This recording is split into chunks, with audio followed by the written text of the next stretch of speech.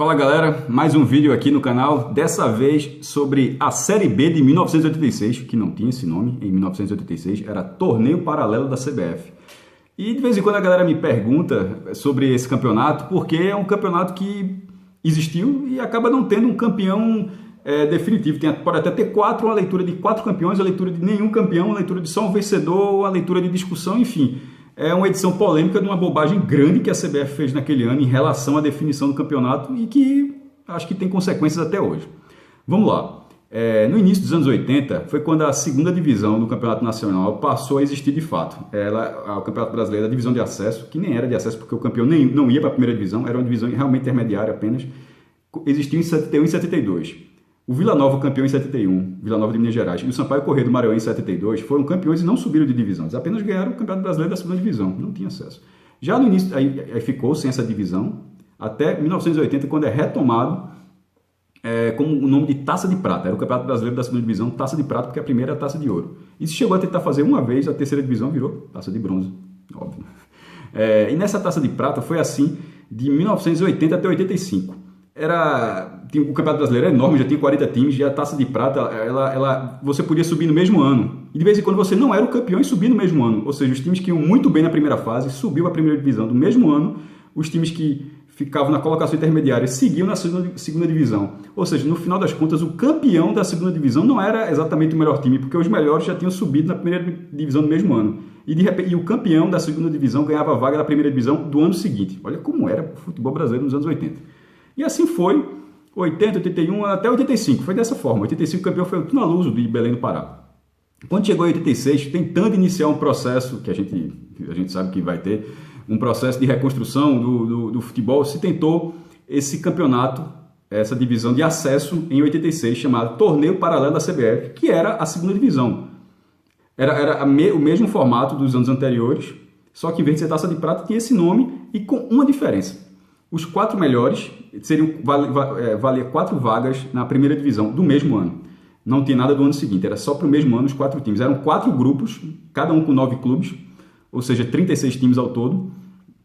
E o campeão de cada grupo ia para a primeira divisão do mesmo ano. Qual foi a questão?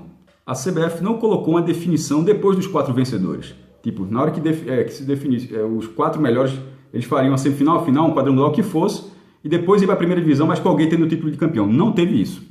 E no grupo E, o melhor foi o 13, no grupo F foi o 13 de Campina Grande, na Paraíba, o F foi o Central de Caruaru, em Pernambuco, o G foi a Inter de Limeira, de São Paulo, que tinha sido campeã paulista de 86, ela foi campeã da primeira divisão de São Paulo naquele mesmo ano, e no grupo H o Criciúma, de Criciúma de Santa Catarina. Eles disputaram a primeira divisão do mesmo ano, e a partir da segunda fase. E o que aconteceu? Desses 4 clubes, 2,5 passaram a se considerar como o campeão. Central e 13, desde sempre, se consideraram como os vencedores da segunda divisão, sem fazer a menor questão de dividir. A Inter de Limeira meio que foi na onda, ela é o meio da história. Porque a Inter de Limeira, eventualmente, efetivamente ela ganhou a segunda divisão em 88, numa final em jogo único com o Náutico. Lá em Limeira, venceu o Náutico e ganhou o campeonato da segunda divisão daquele ano. E de vez em quando, se você atualizando esse tempo todo, ela hora se considera bicampeã, hora se considera só campeã e primeira colocação do torneio paralelo, que aí é uma leitura correta. De fato, só falta dizer que não foi primeiro lugar no grupo de 86, foi. Mas precisa ver qual é o peso daquilo ali. E o Criciúma realmente nunca fez muita questão. O Criciúma até porque já ganhou a Copa do Brasil em 91, ganhou a Série B em 2002, já ganhou a Série C também. E nunca fez tanta questão disso, não. Mas Central e 13 fizeram a ponto de colocar na marquise dos seus estádios campeão brasileiro da Série B de 86. O Central fez isso no Luiz Lacerda, o Lacerdão, e o 13 fez no Presidente Vargas, o PV. Algumas vezes, desde que eu acompanho isso aqui, a dirigente da FPF, das duas FPF, né, da Federação de Pernambuco e da Federação da Paraíba, já mandaram ofícios para a CBF pedindo a oficialização desse título, e a CBF nunca respondeu. Assim, não oficialmente, ela pode até dizer que acha que não é, mas nunca mandou ofício de volta dizer, não é. Fica nesse vai e não vem, assim. E a Inter de Limeira até teve uma matéria no GE quando se completou 30 anos, em 2016, que dizia que a Inter de Limeira estava meio de prontidão, que se oficializasse ela ia buscar também. Já o Criciúma realmente, pode até cair no colo do Criciúma, mas ele nunca fez muita questão de ir atrás. E nesse vídeo, além desse aspecto histórico, O Central tem uma curiosidade. O Central ele ganhou com 8 jogos, né? 5 vitórias, 1 empate, 2 derrotas. Foi o único que dividiu a primeira colocação. O Central dividiu a primeira colocação, se não me engano, com o Americano de Campos e teve que ir para o sorteio, porque os dois tiveram as mesmíssimas campanhas. Na última rodada, o Central precisava empatar com o Fluminense lá em Feira de Santana e o jogo foi 2-2. E justamente pelo placar que colocou a mesma campanha do Americano. Até para confirmar que falei de cabeça, mas realmente foi o Americano de Campos no Rio. Aí teve um sorteio na sede da CBF e o Central do Caruaru acabou ganhando o sorteio, essa definição, né? E nesses 4 times, aqui explicando, eles jogaram a primeira divisão. O Criciúma, por exemplo, fez um bom desempenho. A Inter de Limeira foi para as oitavas de final da primeira divisão. Ela jogou a segunda fase, ainda foi longe do campeonato de mata-mata. E o Central jogou a primeira divisão, foi a última vez que o Central jogou a primeira divisão nacional. Ficou perto de subir em 95, mas ficou em 4º lugar no quadrangular. E de lá para cá não teve nenhuma outra chance. Na minha opinião, vamos lá. Precisa dessa questão da oficialização, ou pelo menos para dizer que sim ou que não, precisa da posição da CBF. O pior é não ter essa posição. Foi um erro da CBF no regulamento de 86, porque todos os regulamentos anteriores, o acesso no mesmo ano ou o acesso no ano seguinte, ou seja, o acesso meio truncado, não era nenhuma novidade, isso não se criou em 86. A única diferença, de fato, em 86, foi o nome Torneio Paralelo da CBF em vez de Taça de Prata. Essa é a única diferença. A estrutura da competição é basicamente a mesma. Isso aí não tem nenhuma diferença. É basicamente o que se vê de 80 a 85, se viu em 86. A diferença, além dessa nomenclatura, foi simplesmente pegar os 4 times e não definir. Isso já aconteceu. A Copa João Avelange foi aquele campeonato bem confuso em 2000. Ele teve vários módulos e teve uma fase final. Aí o módulo amarelo, que classificou 3 times para a fase final, foram 12 do módulo azul, 3 do módulo amarelo e 1 do módulo verde e branco. Eram 2 módulos, mas aí valendo só uma vaga. Do módulo amarelo, que saíram 3 times, saíram Paraná Clube, São Caetano, que acabou sendo vice-campeão do campeonato inteiro, e o Remo. Veja só, mesmo já classificados, Paraná Clube e São Caetano decidiram aquele módulo amarelo. Eles decidiram aquele módulo, mesmo os dois já garantidos na fase final da competição. Não tinha sentido de dizer, já está classificado e não valer especificamente aquilo ali. Ou pelo menos não colocar no regulamento. Não é que o cara, o dirigente pode até, São Caetano e Paraná, poderiam até achar que não estava valendo tanta coisa. Mas não a ponto de dizer que no regulamento aquilo não cabia.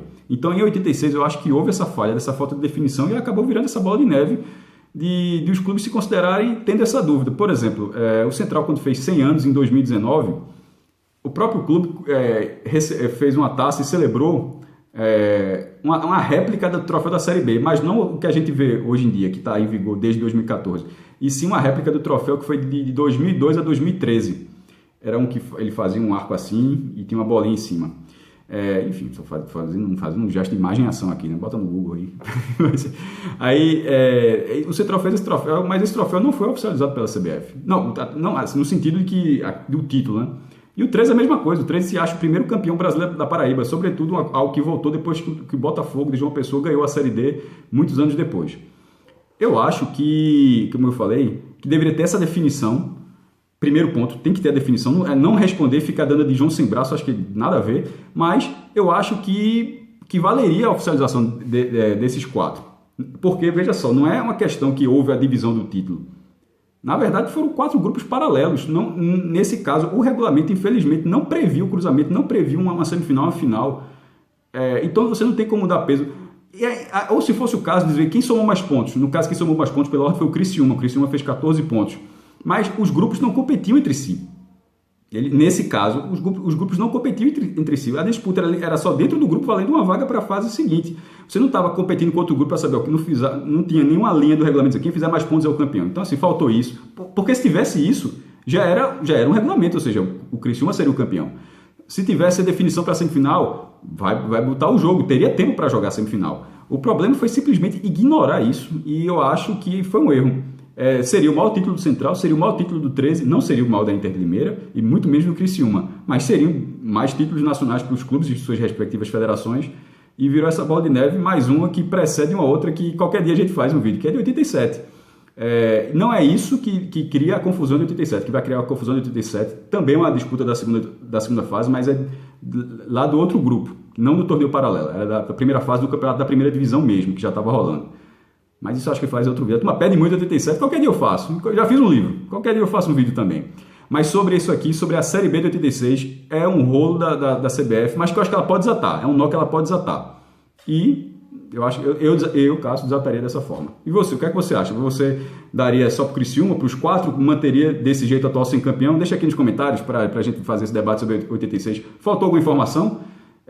Acho que faltou dizer que o Central, em 86, ganhou do Flamengo na segunda fase. É o recorde de público do Lacerdão, 24.450 torcedores. Já pensou? Hoje o estádio está liberado para 16, 17 mil, deu 24 mil torcedores e o Central venceu com 2 gols de Ronaldo. O Flamengo é a maior vitória da história do Central pelo Campeonato Brasileiro da Primeira Divisão.